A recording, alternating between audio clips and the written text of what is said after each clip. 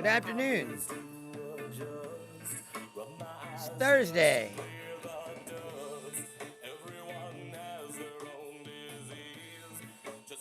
And this is Bruce Leonard Leans Left while it's still legal.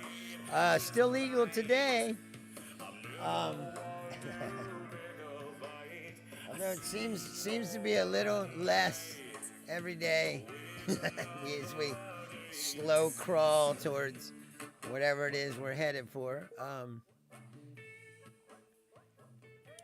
Good afternoon. Thanks for joining me. I got to start today with a little off the subject than normal. Is I broke my own rules last night. I had to work in the morning, so I'm watching the Pacers Knicks game, and it was a great game all the way. The whole game was good, and the Knicks were up 17 points, I believe, with two and a half minutes to go, and you're like, oh, this game's probably over. Because I believe they were saying today, I can't remember the exact number, but it's like teams in the NBA playoffs who have been up by at least 14 points with 2 minutes to go in the game were like 1,457 to 0 that they're going to win this game. So the Pacers make a run at it, right? But every time that it looked like that they were getting close, hey, Julian, good. Thanks for showing up, as usual. Every time they started to get close, the Knicks would score a basket, So Pacers got it down to 7 with a minute left, and the Knicks go right down the court, and Brunson drives and puts in a layup, so they're up 9 points with 50 seconds left. And I go, oh, this game is over. And I got to get up early in the morning, so I'm going to bed. So here's why I broke my fucking rules, my own rules. And I've done it with football. Well, I don't do it anymore in football games. But I have in football games, I have turned the game off. When, like, it's a blowout, it's 35-10. And you're like, this game is over. And you turn it off, and then you turn it back. And it's like, it's 35-35. Like, wow, how the fuck did this happen? So I went to bed. I get up this morning, and I get ready for work, and I'm sitting on the and my mom comes down, and she goes, she always asks, who won the ball game, So I said, oh, the Knicks won. Not, I'm like, I went to bed. Open Facebook, and I see posted on ESPN, like everybody's talking about Tyrese Halliburton and the Pacers, and I'm like, what? And so then I look at the score, and the Pacers win by 3 points in overtime. And I'm like, what the fuck? So then I had to fucking immediately pull up the highlight reel, and then I start to watch what happened after I went to bed, and I'm like, what the? It's unbelievable. It's historic. I said, the teams were 1,400 and something to 0. This had never happened in the history of the NBA. And Indiana comes back and ties the game. Guy hits like 6 3-pointers in a row.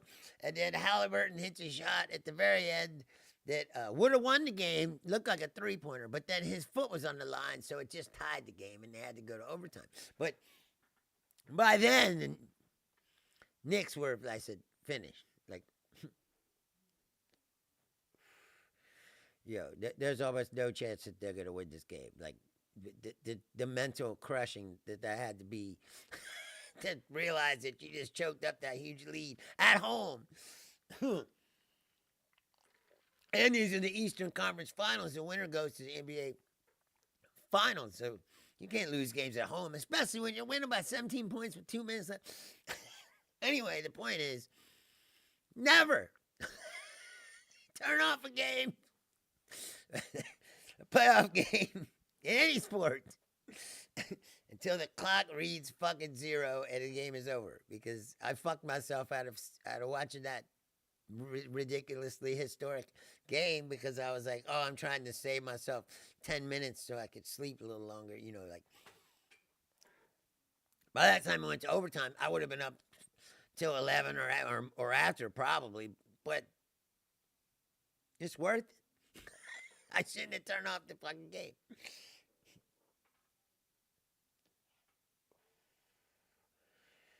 Now to the festivities. Where should we start? Well, yesterday I covered. If you don't know that, and I don't know if you know this, Julia, I fixed the feed. There will be no more glitching. There will be no more cutting off, and this is professional broadcast now, with fully green bars and no drop frames.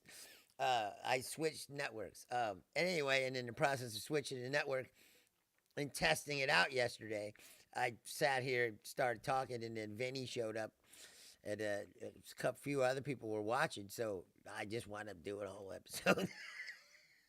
Well, it's about 45 minutes, but still, I intended to just turn it on and test it for about 5 minutes to see if it worked, but I wound up doing. And anyway, in that I covered yesterday what happened in the Oval Office, where Trump flashed a bunch of internet propaganda and played some TikTok videos and tried to tell everybody that there was a genocide of white people in South Africa. While showing pictures of the Congo. Yes, and the feed, I said, the feed doesn't stop either, the video. I said, all the bars are green and solid. I'm stupid. Like I said, I've been doing this show connected to my fucking Verizon Cube that's upstairs, and that's a completely wireless setup. So this feed goes to the Cube, then the Cube feeds out to the Verizon network over the air. When upstairs, there's an Alta Fiber router that's hardwired into the wall. So all this time I've been doing this glitchy ass show when I could have just plugged into that network. It would have been perfect. But I told you before, I'm not a tech guy or a professional broadcaster. I'm learning as I go. But I did fix the problem. I told you I can fix it. I mean, I can figure stuff out. It just takes me a while. And there ain't no one here to teach me, so.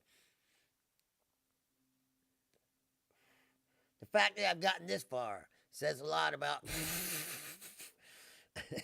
Because I said I've never taken a computer class. I don't know how to work. I only know what I know from working the shit. Now, there's been computers around, like I said, for a long time. So anyway, what should we get to first? Trump today he's trying to ban all foreign students from Harvard. Oh, we need to talk about this shooting that happened this morning, because I already noticed something. Okay, first of all, let's begin by saying all the obvious fucking things. Okay, right? Murder is wrong. Violence is wrong, unless somebody's trying to kill you, obviously, so self-defense. But just murdering somebody because you're mad about the Israel-Palestine war, which I am too, but just picking out two random people on the sidewalk and shooting them is not going to do anything to help the Palestinians. As a matter of fact, you're hurting them, because it's already happening. This murder is like another October 7th. It's just another reason for fucking people to shit on the Palestinians and say that they're bad, even though they didn't do it. I feel so bad for the Palestinian people, because, I mean, look at them. They're trapped in the middle of something that's totally horrible. They took their whole fucking country away from them. And now they're just wandering around like. They're not wandering around. They're penned in there where they've said they're just getting picked off like fucking. What do they call them? Pigs in a barrel or whatever. It's not a good situation. But anyway, here's my thoughts on the whole entire thing. Okay, first of all, like I said, let's get it out of the way that murder is wrong, right? And anti-Semitism is wrong. Anti-Semitism is just like racism or anything else. It's where you single someone out for something that that you don't like, but they can't help. And Jewish people are particularly they're like a special case because you're born a Jew and you're a Jew. So whether you practice Judaism or not, you're still a Jew in the eyes of other people. The religion and the race are the same fucking thing. So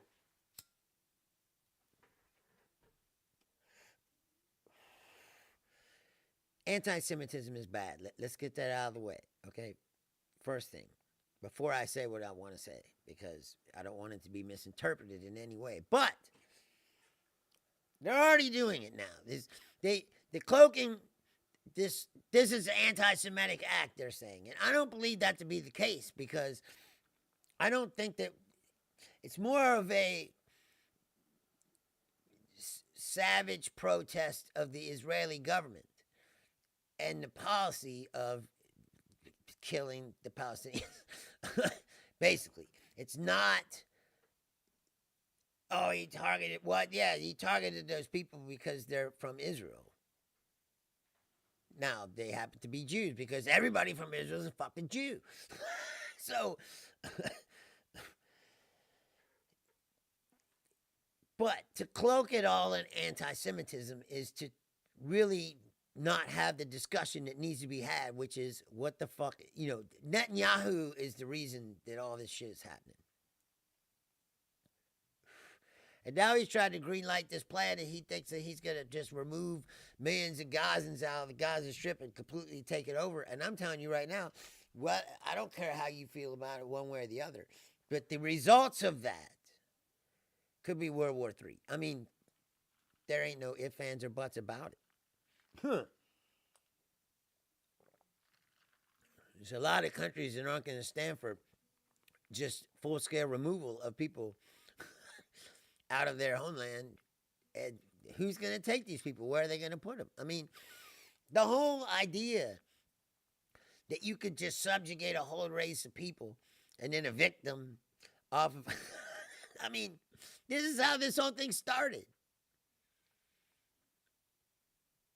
I don't understand why they couldn't say, okay, this part is Israel and this part is Palestine, and then that should have been it. I don't know how the...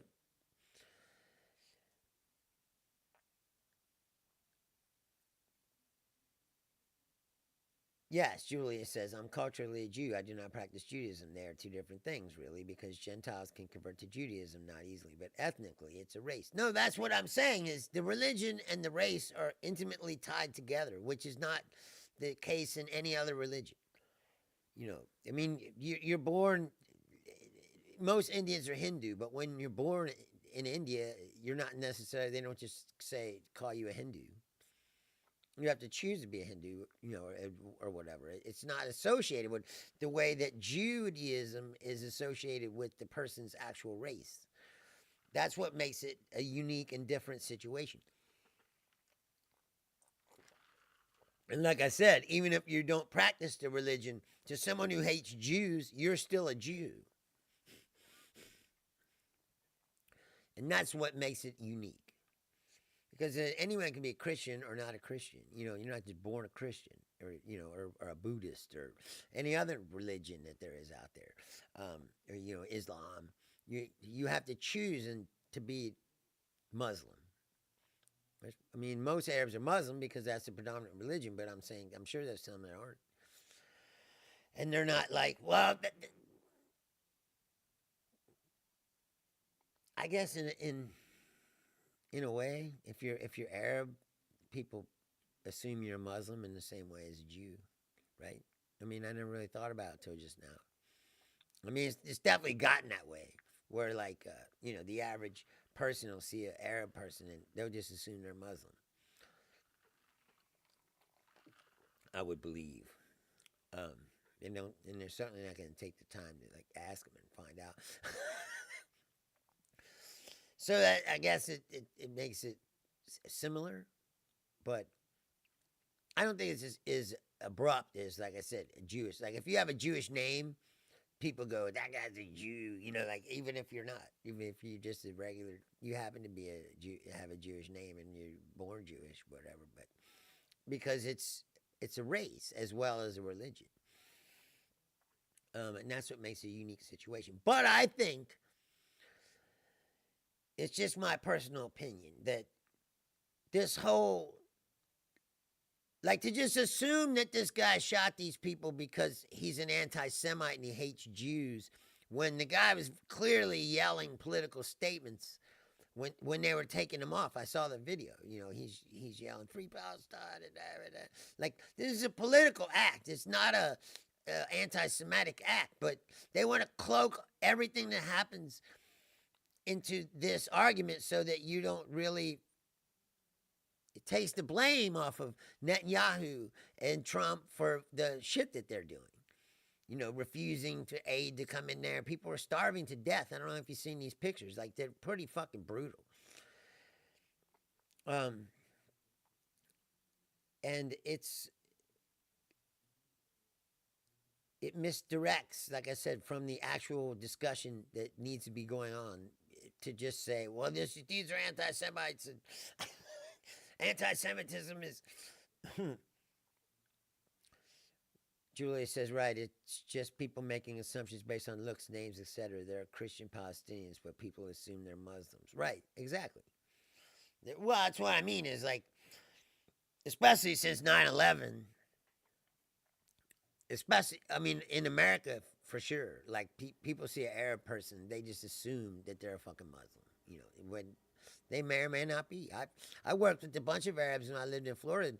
A lot of them were fucking Muslims. They were drunks, man. It's like, this guy was from Lebanon. All he did was drink. Drink and gamble.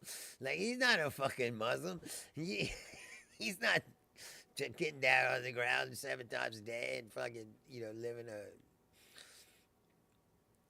clean life. You know, this guy's partying his ass off. That was before 9/11, so there was also a different vibe, you know. But I had nothing but good experiences with the people, and they were all from different countries. There was like it was a Subway sandwich shop that they owned in Florida. I was about, I don't know, 19 or 20 when I moved down there. And needed a job, so it was close enough from my apartment I could walk there, so it was a good job to get. And there was about 6 of them that worked there, and they were all mostly from different countries. Well, that's not true. It was like this guy named Madge and his wife, and this other guy named Jay. They were all from Saudi Arabia, 3 of them. And then there was a guy from Jordan and a guy from Lebanon. And the Lebanese dude, like I said, all he did was fucking drink and party. He was not... I think that Madge and his wife were like straight Muslim, clean living people. And that was the other thing, was they were all different. And they were all from different countries, but they all got along together just fine, you know, like... and they would speak to each other in Arabic, and they taught me a little bit of Arabic words, but I couldn't, you know, I didn't learn the whole language. But anyway, it was an interesting experience, for sure. And but nowadays, like I said, after 9/11 and shit, you saw any of those guys, if most people would assume they were Muslims, you know. You're like, that guy's not Muslim, man. He fucking, he drinks and snorts coke, chases whores all night.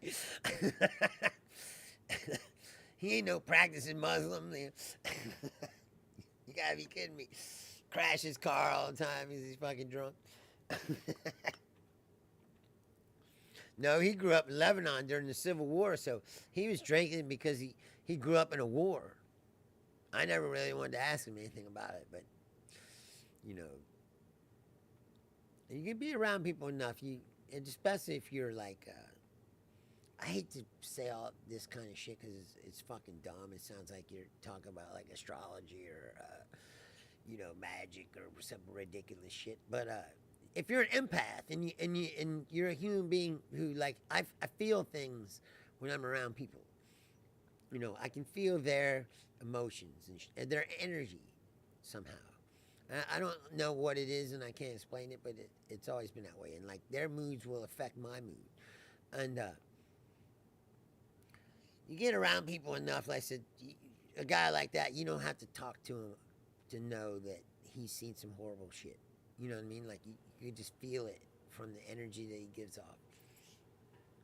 Julie says, felt bad for the Indian Hindu family who owned their local subway after 9/11. The rednecks treated them like shit. They were terrified. Yes. And they're Indian. They're not even Arabs. It's like, oh, you have slightly brown skin, you're bad, you know. It's like, and that's the other thing, too. Like, America was always racist. We didn't need no gas on the fire of the racism in this country. And 9/11 just kind of put a gas on that fire, didn't it? Like it's like, oh, not only should we hate black people, we should turn on these people too, you know. And it's led to this third incantation or whatever you want to call it of American racism, where they're like, okay, now we hate the blacks and the Arabs, now we got to go after the Latinos. And you're like, now it's everybody who ain't white.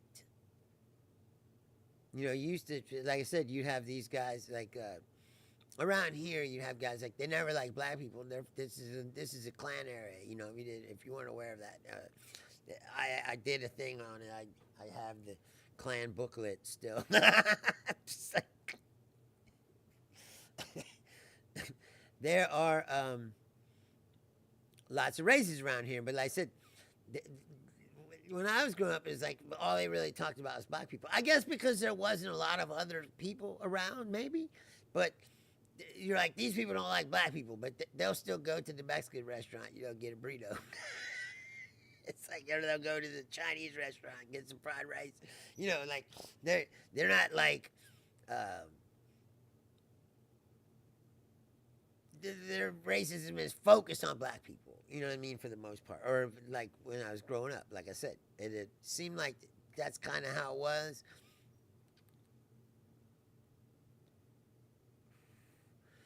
And then, like I said, 9/11 happened. But I mean, it's not true because in LA there was all kinds of tension between, you know, they had the Zoot Suit riots and all that shit. Like, it's not like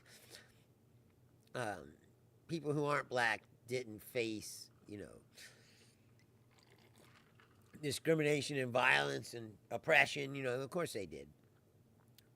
But in my opinion, it feels like after 9/11, it just threw gas on the, you know, the racism was always kind of, they had tamped it down, it was kind of under the surface, you know, and then 9/11 kind of reopened that, like, oh, we can hate these people now,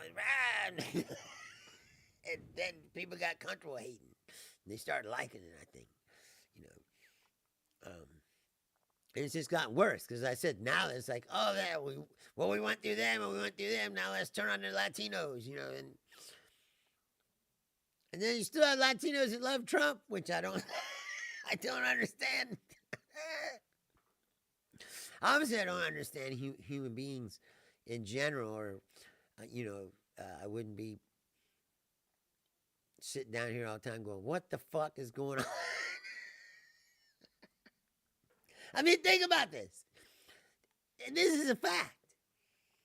The President of the United States, the most powerful man in the world, was arguing with an ABC reporter about a Photoshop picture of a man's knuckles, insisting that the Photoshop was actually a tattoo. And then yesterday, the same dude pulls out pictures that are from another country and insists that this proves that there's murder going on in this country that's not the pictures that he's showing. And then he's showing TikTok videos from people who are also flat earthers. This is our world, man. This is This is. And people just think that this is okay. It's totally fine that the president of the United States, the most powerful man in the world, is a complete fucking moron and a criminal who's about to host a dinner tonight with 200 plus people who all invested money into his crypto coin through a foreign exchange that nobody really knows where the money came from. Well, they do, because those are the people that are strictly invited to this black tie event where they bought themselves, a few moments with the American president.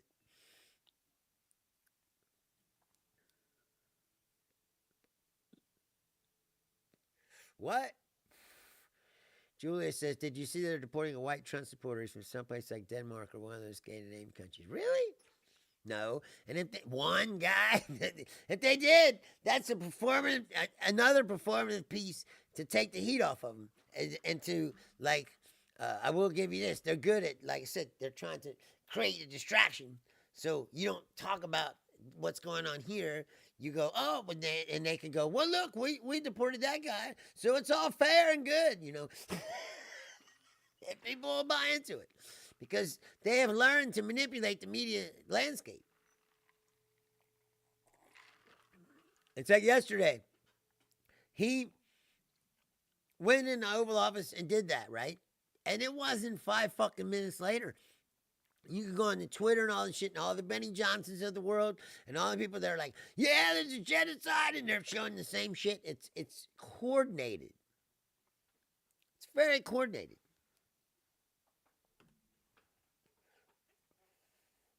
So what I'm saying is, for idiots, they're good at certain things. They've built this system, this propaganda network, and they know how to use it to manipulate the fuck out of people. Like I said, he says that 5 minutes later, they're all over the internet, spewing the same shit, at the same time. And like, really? It's a coincidence? Yes, and he truths out everything. It's president by tweet. I love how he says, if you ever read his truths, at the end he always says, like, thank you for your attention to this matter, or something like that. You're like, dude, I didn't put no attention into it. I don't give a 2 fucks what you say. You're a fucking moron. It's like, the fact that this is the president of our country is it's beyond embarrassing at this. I mean, embarrassing is not a strong enough word for how fucking bad it is. And that no one seems to care. And as a matter of fact, support this. It's like their whole thing. They go, America's going bankrupt, so we have to pass this bill that adds $4 trillion to the deficit, and we got to raise the debt ceiling. And the bond market is crashing right now. And the tariffs are about to hit in your pocket. The dollar is going down. And people are just riding this it's like if you were on the Titanic and you saw the iceberg and you were trying to tell them, like, hey man, you better move this boat, you better turn it, and they were like, nope. This band keep playing, we're going straight ahead. It's like, dude, there's a fucking, it's about to get real bad. And we're like, yeah, like, well, this is great, we gotta pass this bill. And why are they doing it in the middle of the night? I'll tell you why. Because when you know that you're so unpopular, I said, and your policies are so fucking horrible that you're about to get voted out of office, you can't even go home because there's people all around the fucking town hall trying to fucking yell at you. And you instead of being reflective and caring about their constituents and looking in the mirror and looking and wondering, like, what have I become? And maybe it's not good. Instead, They go in the middle of the night. They go, we got to rush this through and do as much damage as possible before we're voted out of power.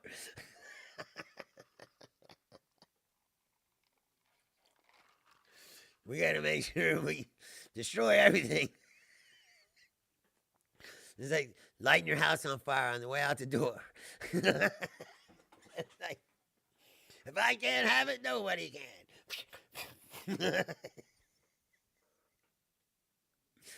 It's unbelievable. It really is.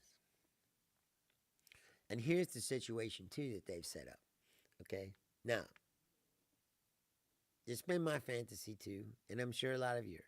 When you're like, this is over. These people are going to get what they deserve. You know, Stephen Miller should be put in the Seacott prison. You know, not these fucking immigrants who, like I said yesterday, if you didn't seen, Cato Institute did a study, and there's at least 50 or 60 people in the Seacott prison right now who came in legally to the United States and had no criminal records whatsoever. They're not gang members. They're not criminals, just like I told you from the very beginning. And they're in the Seacott prison. Stephen Miller should go to prison. But here's the real deal. They've set this situation up now where, let's say you do get back power. You go after him. They're going to say the same thing they said about Trump. They're going to go, oh, look, the Democrats weaponizing the Justice Department, which is what they're doing right now. But I'm just saying, that's what they're going to say. They're going to go, oh, this is a bunch of bullshit. It's a witch hunt. It's this and that and the other, even though they did all these fucking things. And what's going to happen is the Democrats are not going to do anything like they always do.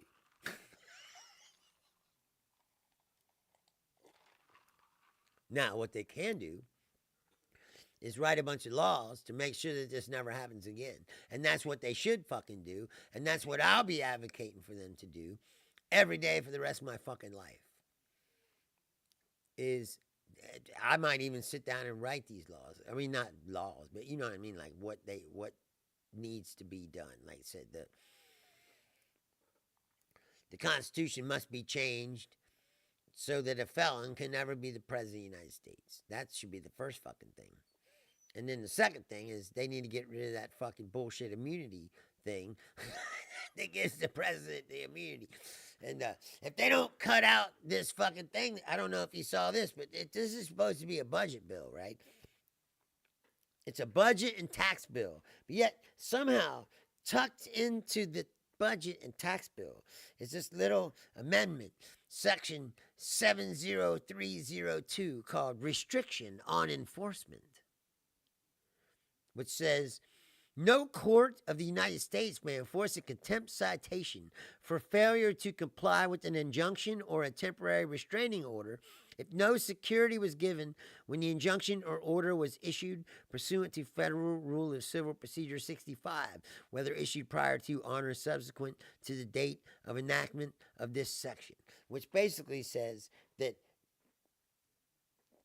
Trump can violate court orders and they can't do nothing about it. We're trying to neuter the court so that there is no more obstruction to what they want to do. And if they pass this bill in the Senate and they don't take that out, then that's what's going to happen. And Trump is just going to do whatever he wants. We're in a bad spot.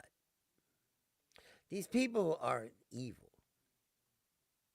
There's no other way to describe it. These are not good people. These are white supremacists, like I said, Confederate holdovers who are trying to take the country back, I said, and make it a confederacy instead of the United States of America. The founding principles of the Confederacy are what they believe in. The racism and all that. If they could, they'd make people slaves again, I'm sure. And they thought they could get away with it. I bet you if you ask them, and you gave them like a truth serum when they couldn't lie, they'd tell you, yeah, we want slaves again.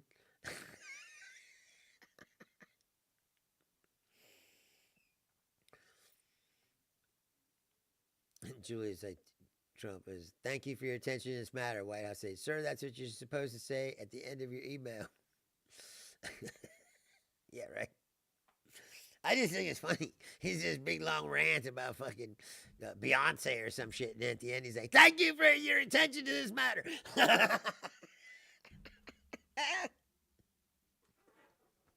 It's like I don't give two fucks about Beyonce, bro. What's like you sitting up there tripping? It doesn't make any sense, man. Like I said, you couldn't write. People say Idiocracy. This is like Idiocracy. This is a documentary. This is Idiocracy come to life. It's like, this is so much worse than Idiocracy. Because Idiocracy was just kind of like silly. They were like silly. Like, these people are fucking evil. Straight up evil. Here's the other part of it. Like I said, they're like, oh, the country's going to go bankrupt. Like I was saying before. And they're like, the only way out of this is to pass this bill that adds $4 trillion to the deficit and cuts back all the kinds of poor people's programs and, you know, things that people rely on to fucking live. So we can give these billionaires a bunch of tax breaks. And you're like, well, wait a minute. And then they go, we can't spend more than we're taking in. That's what they always say. And they go, hey, well, wait a minute. I know how we can take in more. Why don't we just tax these rich people a little bit more and fucking, you know, even at the, oh, no, we can't do that.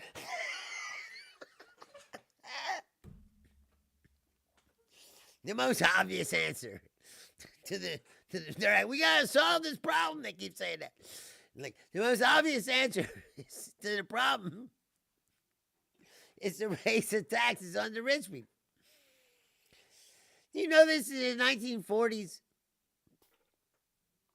I believe that the tax rate for wealthy people was like 80 or 90%. Like, it was a ridiculous number. And yet, they were still rich somehow. Like, let's look at it.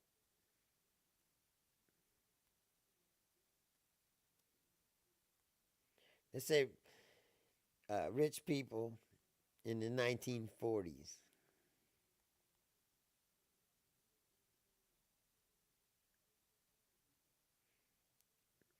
Let's see. In 1940, the federal tax rate on income over $200,000 started at 66%.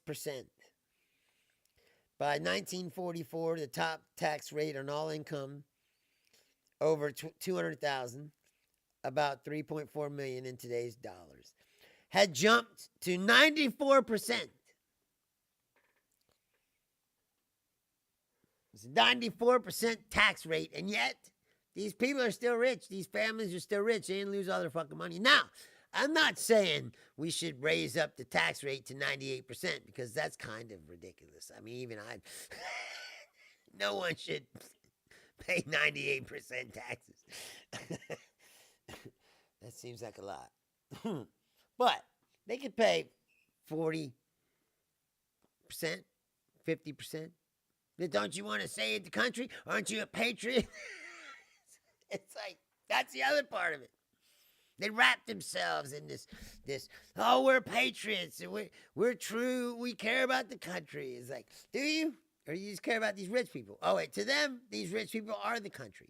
You're just in their fucking way, or you're something they can use to make themselves richer. Don't you understand that's how this country always has been and always will be, unless we change that. Bernie is the only person that's been ballsy enough to make it all the way up to, you know, to the U.S. Senate, talking about, you know, democratic socialism and like making a society that actually cares about the fucking people that live here. Republicans don't care about you. They don't give two shits about you. That's why the Democrats were always the party of the working class. But for some reason, well, it's the Democrats' fault, really, because they lost those people. Because The truth is, the Bill and Hillary Clinton fucking, what do they call that? Well, I mean, liberalism really is what they call it, but it's not. They cozied up with the corporations too. They lost track of who they really were and who they were really supposed to represent because money corrupts everything all the time. And those people felt abandoned and they turned to Trump. And that's why I guess that's the answer to my own questions. Like, how'd this stupid motherfucker get? Because he speaks to them. And most of them aren't very smart either. So, they're like, yeah, whatever he says. He represents me, even though he's flying around in a $500 million jet.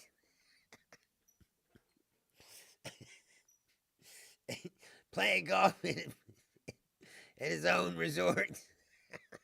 He represents me. It's like now, the tornadoes ripped Missouri. He told Arkansas to fuck off. He didn't give him a fucking one dime. And I haven't heard nothing about that, but I'm sure if you go down there, it's still fucked up. Like there ain't no money or nobody's helping him. And now he's doing the same thing to Missouri. He hasn't ever come out. Do you remember a time when, in your lifetime, when I don't remember how many it was, 20-something people got killed by those tornadoes in Missouri, and the President of the United States did not make one single statement about that. He never mentioned it.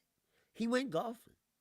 He's never visited these places where people are devastated and promised that, that he's going to help them, the local people help them, and they still love this guy. He doesn't give two fucks about anyone but himself.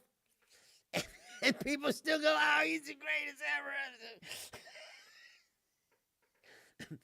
And you're like, dude, you voted for him, and he's not going to give you any money to fucking fix this town that just got fucked up. Well, it's a waste, fraud, and abuse. And they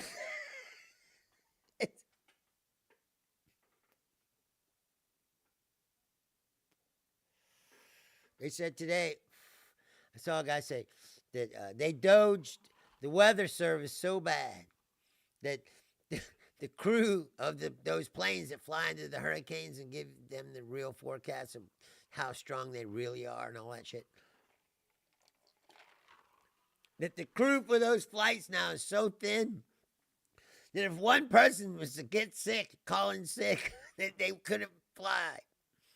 Which means that you won't get your hurricane forecast and you won't know how strong it really is because they didn't go in there and find out.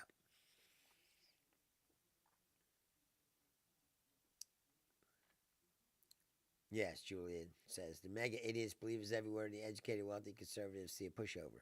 They flatter him and he gives them what they want. Yes. Pretty much. It's the best of both worlds for them. It's like, oh, look, he can control the idiot masses and we can control him, which is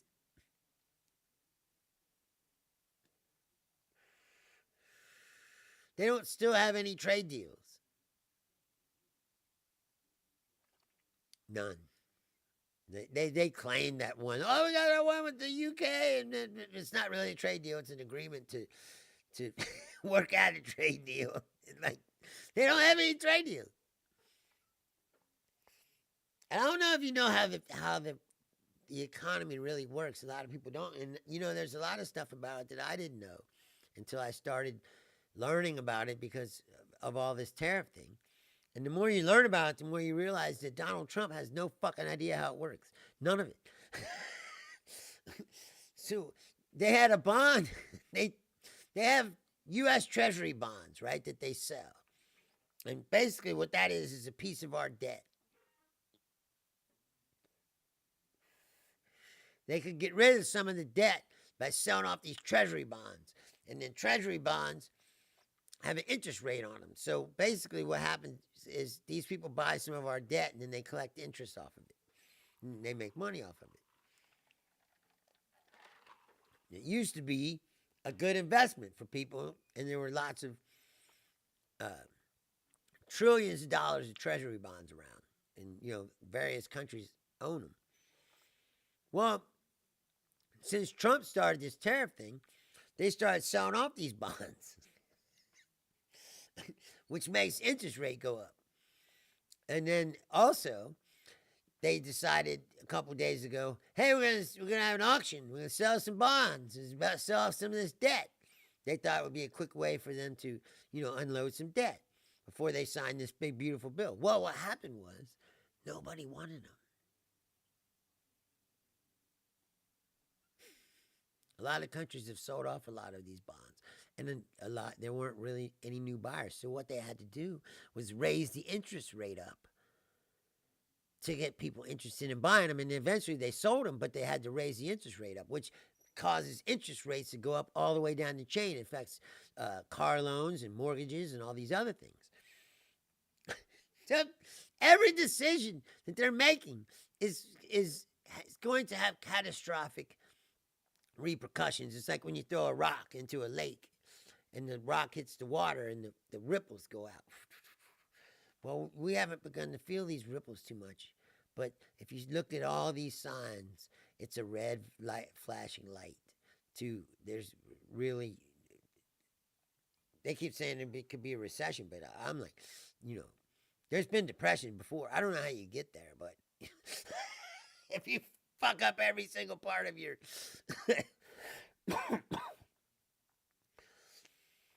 of your economy, layoffs are coming. You know that, right? The unemployment rate is going to start going up. These interest rates are going to start going up. Like I said, the value of the dollar is going down. It's a lot of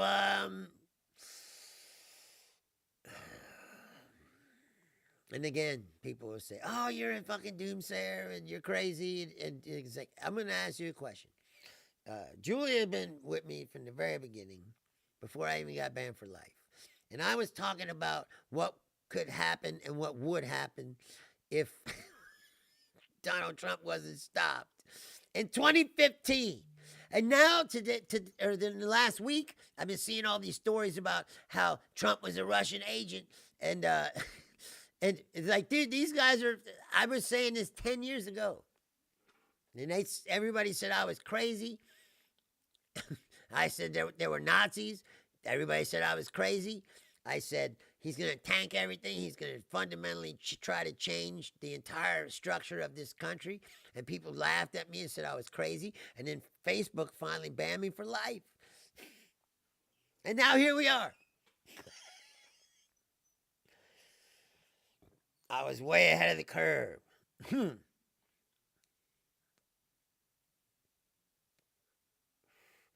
can see all this coming if you follow politics in the United States for your whole life and you know something about history of the world.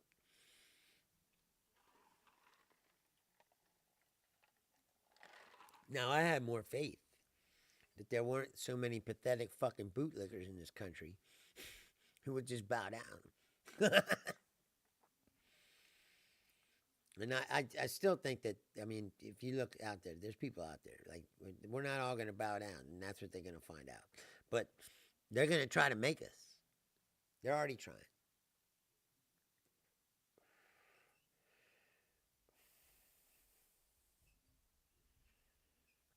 And we're living in a fact-free, post-truth world. Truth don't matter no more.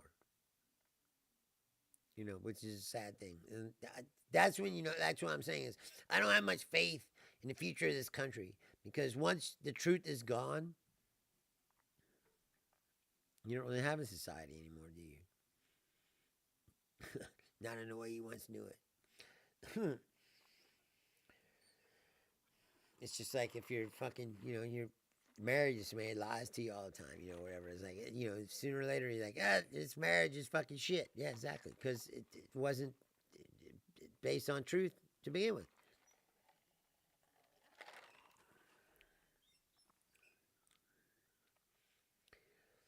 I don't know what's going to happen, but it ain't going to be good. And another fucking plane crashed. Don't say you're dumb. You're here.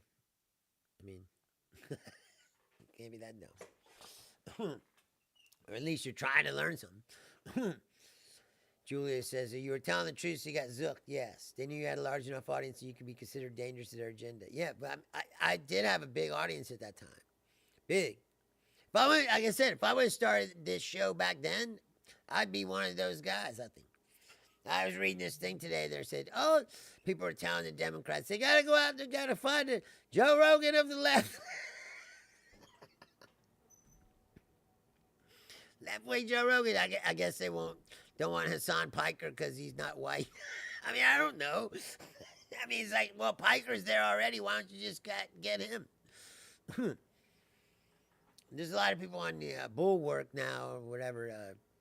Tim Miller. He's out there. There's plenty of people out there. But I'd like to be one of those people. That's what I'm saying. That's why I started this show. I said, we need as many voices as we can get. And they said they control the sphere.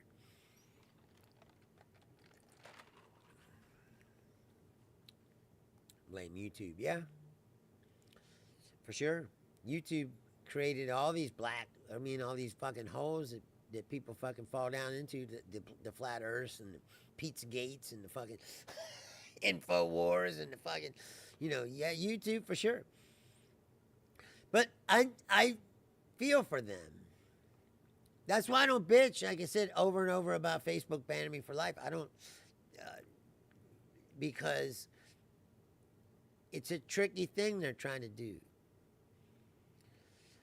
I come against it all the time too, like internally, like, you're like, some of these people should be fucking shut off. Like, Alex Jones, for one, he's right back to it. And that tells you too that the people don't care.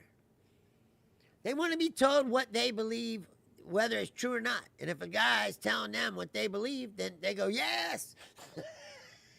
I believe the earth is flat. This guy believes it too. It's got to be true.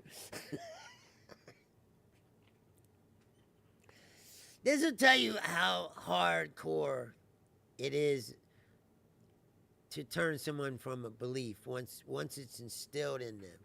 I don't know if you ever saw, there's this flat earth documentary that's on Netflix. And in the thing, they asked the guy, they said, what would it take for you to accept that the earth is not flat, that it's round? And he said, very specifically, you get a gyroscope, regulator, or I don't know what it's called, but some kind of gyroscope thing. And he goes, and you get that, and it says 0.47, degrees or something like that. Then he's like, then I'll accept that the world is round. So they went out and got this thing. They went and bought it. They turned it on, and they turned the thing, and it said 0.47 or whatever he said. And so they went to him, and they go, hey, here, we got you that gyroscope that you wanted. Turn it on. And he turned it on, and it went to 4.7 or whatever, and he stood there for a minute. And he just stared at it. And then he went, there's got to be something wrong with this. He would not accept it. And then he devised a whole nother test. And he was like, well, I'll prove that you're wrong by devising this other test with strings and and you're like, dude, they're not going to ever. That's what I'm telling you about the mega people. There's a lot of them. They're not coming back. This is what me and Daniele were talking about. Like, what do we do? Like, what is the situation? Like, how do you fix this situation? And the truth is, I don't know. Man, I might have some ideas, but me and him will talk about when next time he's on the show, because I don't want to burn that topic, like I said, going on and on about it. But we haven't had the discussion yet. It was a question that he posed for me to think about before we had the discussion. And I've thought about it, but the truth is, a lot of these people, they're not coming back. And as long as the internet is there and they can access this stuff, it's like a drug addict. You go, well, how do you get this guy to stop taking heroin? It's like, well, you isolate him away from heroin where he can't get any heroin. Otherwise, he's going to keep going for it. You know, and the internet is there. It's there all the time. So if the internet is feeding your ridiculous belief system, and every single day you just pick it up, it's like crack. Only it's not destroying your body, it's destroying your mind. And most people don't have critical thinking skills. Like I said, they want to be told what they already believe. They want their beliefs to be reinforced to them. It's like church, you know. You ever notice, you can't go into church and start asking a bunch of questions. Because then they go, hey, wait, this guy's a fucking... My grandfather was a Sunday school teacher. And even when I was 5 or 6, 7 years old, I was just to start asking questions. Like, well, this seems kind of weird. Like, can you explain that to me a little further? How'd that happen? He lived in the belly of a whale for 5 days with the krill and shit. Like, whales don't even eat meat. They're people.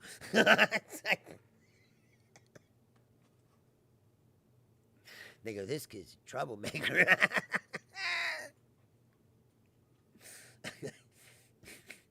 They don't like you asking questions.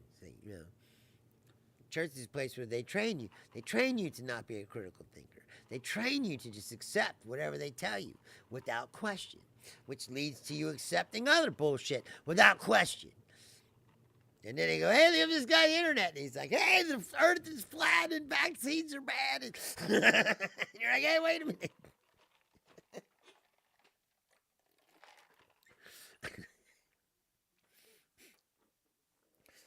Like I said, the average person is not much more than a hairless monkey. And now you give them all this shit, and they're like, ooh. It happened to my dad, I told you. My dad fell down the black hole of buying guns. He's watching YouTube videos of people shooting guns. You know, you're like, what are you doing?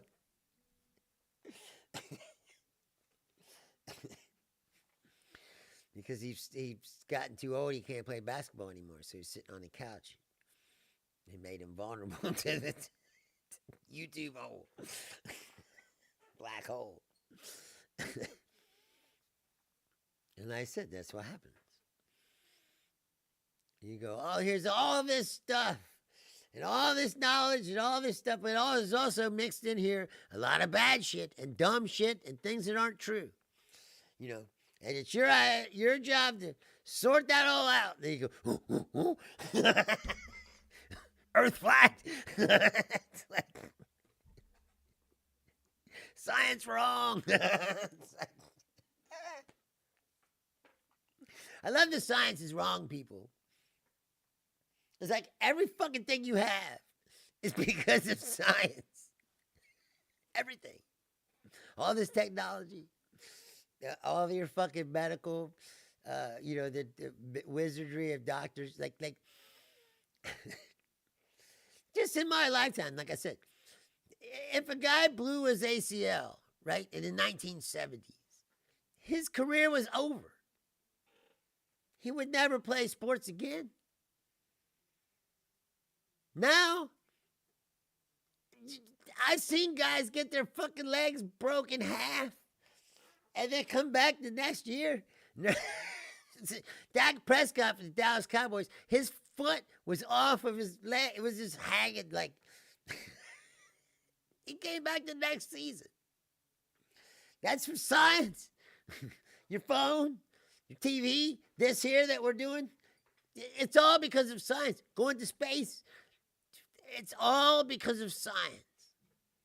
And these people are like, science is wrong.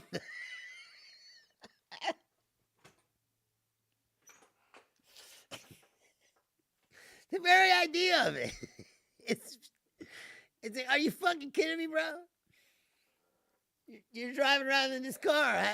How did the car come about? It's fucking science. Like every single thing.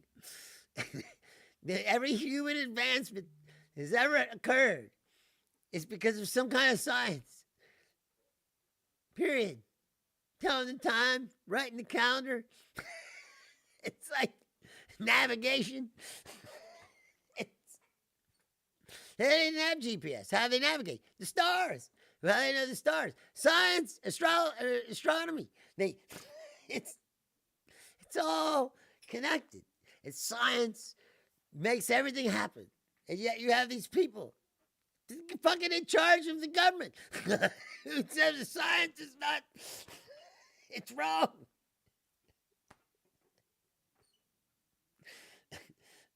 They have the hubris to think. The guy says, I'm going to tell you the cause of autism by September.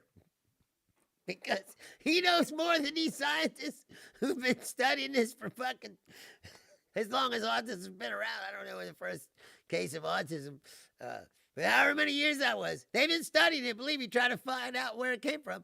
And this guy's like, I'm going to tell you what we're going to find out by September. Yeah, okay. Why? Because they believe that they know more than these expert people.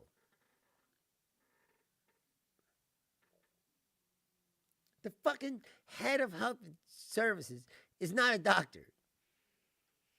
The Surgeon General, he's about to make this person Surgeon General, who's never practiced medicine. She didn't even finish her fucking residency. She's not even a real doctor. Why? Because she quit being a real doctor because she thought she knew more than... That's what I'm saying. It's like moronic egos of... They're like, well, I don't like what the science says. I know more than that.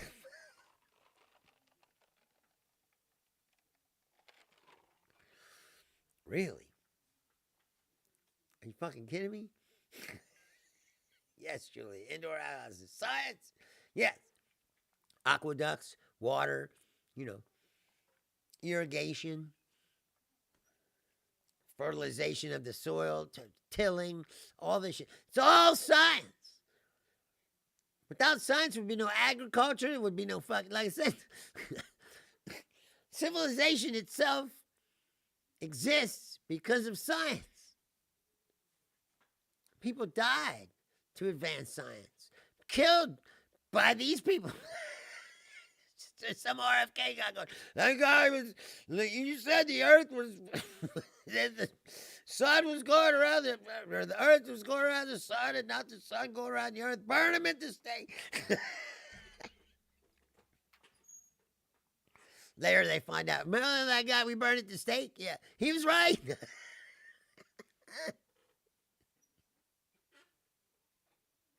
So I guess in a way, it's always been this way. The internet and all of the media, constant fucking blaring into your fucking brain, just makes it more like apparent. But like I said, I guess it's always been this way. Because anyone who went against the conventional thinking, even how fucking stupid it might have been, was ostracized and killed, or didn't they kill it? They killed Galileo, didn't they? Or Aristotle. They killed one of them. He had the audacity to point out that, because people used to believe all kinds of ridiculous shit. People used to believe that the earth was fixed and that the sun and the universe went around the earth, that the earth was the center of the universe. And I believe it was Galileo who said, no, the earth is moving constantly and so is everything else. It's all going around the sun. And they were like, blasphemy! Kill him!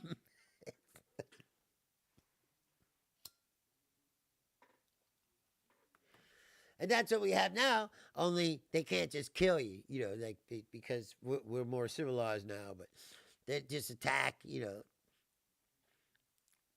You're like, oh, we got all these vaccines. You look at all the diseases and all the statistics, and like, oh, they killed all these diseases. A lot of these diseases were eradicated, they thought. And then here comes the people with the, oh, vaccines are bad. People stop taking vaccines, and what happens? These diseases came back. What the scientists would have told you that that's what would happen. But you wouldn't listen to them because they're the fucking enemy. It's unbelievable how stupid it is when you say it out loud. But that's exactly where we're at in this world.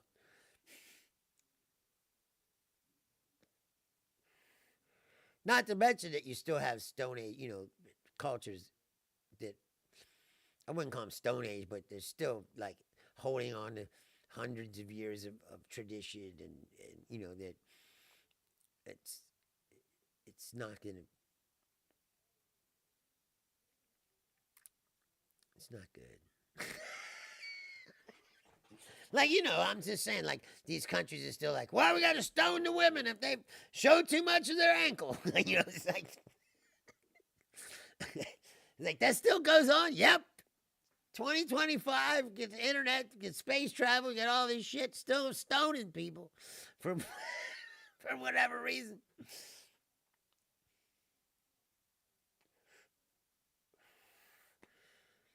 Because, like I said, people are never going to change. It's a folly to think that they will.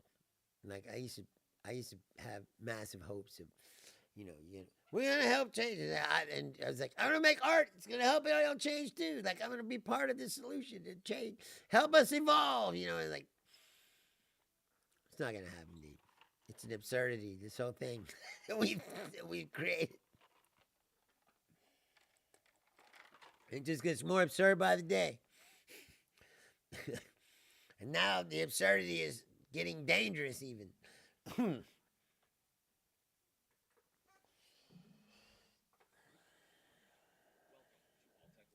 And if you don't remember, I'm going to Sasanta on Saturday to see Primus and Perfect Circle and Pussifer. So I'm not going to be on Saturday. I'm going to be on tomorrow at 6 o'clock instead.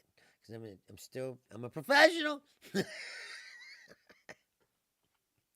not going to take a day off. I'm not going to say, oh, I'm going to take this. I mean, I guess I could. Like John Oliver and people do it. But I just started this show, and I feel like I got to keep the momentum going.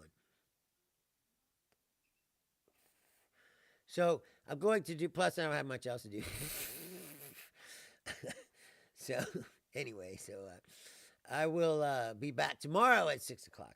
And as usual, thank you guys for joining me. I love every single one of you. It's much better to know that there are actually people watching and listening than to just be screaming into the void.